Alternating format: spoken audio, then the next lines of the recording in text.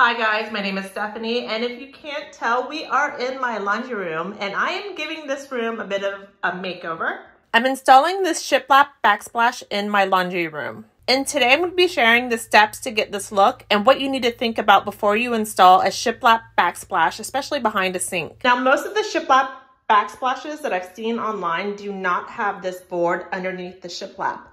But I think it's important for me, as far as practicality goes, to have something that's going to block the water better than the little grooves in the Shiplap, so that I don't have a place where water is being trapped. And behind any sink, you're going to have water build up. Eventually, you're going to have to re-caulk those areas.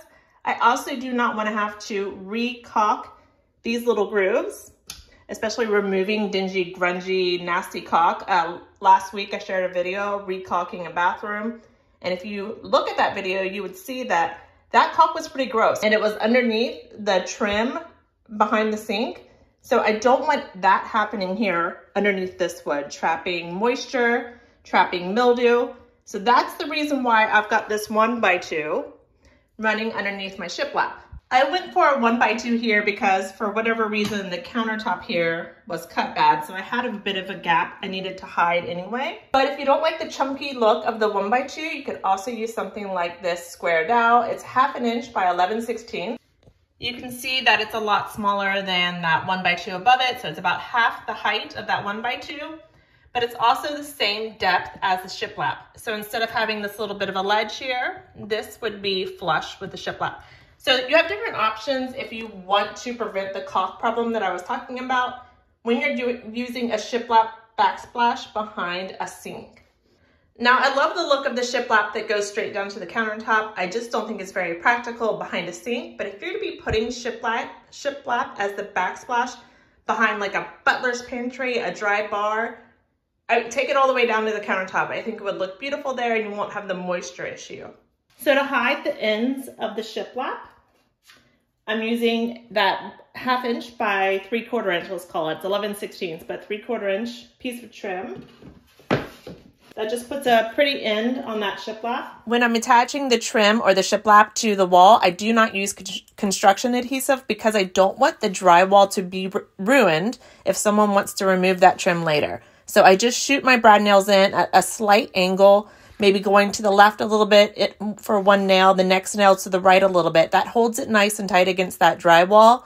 And the caulking that I add later on is going to also help. So I've never had any problem with anything pulling away from the wall that I've installed in this house. So my local Lowe's, for some reason, only sells an MDF Shiplap, and my Home Depot sells the real wood. So I'm using real wood Shiplap in this area. MDF does not handle moisture very well, so I don't recommend ever using MDF as a backsplash. As with all of the trim projects that I've done around this house, I use spackling or wood filler for nail holes. And caulking is for any joints between two different pieces of trim or board. Spackling is great because it's so easy to sand and get a smooth, flush finish and hide those nail holes completely. So even if you go a little crazy with the nails like I did on this particular board, you can hide it really easily with spackling, and it's easy to sand and get it ready for paint. If you haven't used one already, you can use a nail set like this here with your hammer to get nails flush with the boards or countersunk just a little bit so that you can fill them in and make that look really nice. You have some options here, and it's a matter of personal preference, really. Some people will argue that backsplashes only belong on the back wall behind the countertop. Other people like to see tile or Shiplap, whatever you're using as the backsplash, come from the upper cabinets down. Other people like to bring the backsplash out to the edge of the countertop so that it's more in line with the base cabinets. Typically, I'm a fan of the upper cabinet, keeping it even with the upper cabinet so you don't look like you have a weird area notched out here. I like to have everything one solid piece, sort of look like built-ins that way. But the old countertop that was here was a laminate that went up the walls.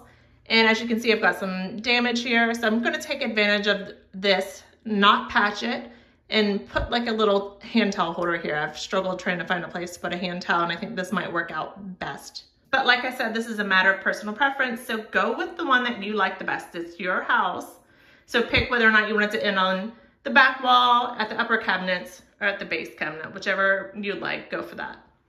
If you need to notch out any trim, like I'm going to notch out here to make way for the Shiplap, You can use something like this oscillating tool. They're great for cutting trim in place without having to remove it first. So I've marked my line here. I've got my eye protection and I'm ready to cut away just a small section of this trim so that my shiplap can fit flush against the front of that cabinet. Normally I'd be standing a lot closer to where I'm making the cut so I can have a better look at what I'm doing and better grip on the tool as I'm working. But because of the camera, I'm standing back a bit. But just so you know, once that cut was made, I was able to chip out that little piece with my screwdriver and a hammer, and I'm good to slide that shiplap into place. When you're getting your shiplap ready to install, you can cut out weird shapes like this with either a jigsaw or even that oscillating tool for smaller shapes, especially around outlets. I like to use that oscillating tool again to cut out the little squares that you need for your outlets. Here's a look at that cut shiplap in place and sitting nice and flush against that cabinet. Installing the Shiplap Backsplash was pretty easy. It can be a pretty quick and easy job, really. You're mostly making straight cuts on a miter saw. Like I said before, you're just going to have to notch out a few different areas, like around outlets. I did this with an oscillating tool, like I said. If you have an area that you need to cap off of shiplap with nothing above it, I've seen some people use 1x4s like this above their shiplap if they're doing shiplap wainscoting or backsplashes like this. You could also just use that 1/2 inch by 3/4 inch trim that I used on the side above it. I think that gives a nice, clean, simple look. I could do a 1x2 to match the 1x2 below it. So again, that ties everything together. Or you could cap it off with a piece of trim like this that's made to sit on top of paneling and hide the top of a paneling piece. It's got a nice pretty detail to it. I've got a lot of that routed detail in my cabinets already, so that would work for me. So pick the option that you like best that works with your room and style best. After installing the shiplap in the trim, I did the spackling and the caulk everywhere that I needed it and got everything ready and cleaned up for painting. So I used a Sherwin-Williams paint on this that I know is really durable and holds up really well in my house. You could use a cabinetry and trim paint on this backsplash. That would hold up really well too. Again, what you're going for is durability. So don't go for the cheapest one, go for the one that's gonna last the longest. And here's another look at the finished shiplap backsplash in my laundry room. I love the way this turned out. I have a very traditional looking trim work house already, so this matches really well. Going all white with the cabinets and the backsplash matching each other also makes the room feel bigger. It's not that big of a laundry room, but it does. Having it all white makes it feel like a whiter, bigger laundry room. So I'm really happy with this project. It's pretty cheap considering how much you actually need for shiplap backsplashes. So I say go for it. And if you have any questions, put them in the comments below because I do try to answer questions when I get a chance. All right, I hope this decided if you want a shiplap backsplash or not. Good luck with your project, guys.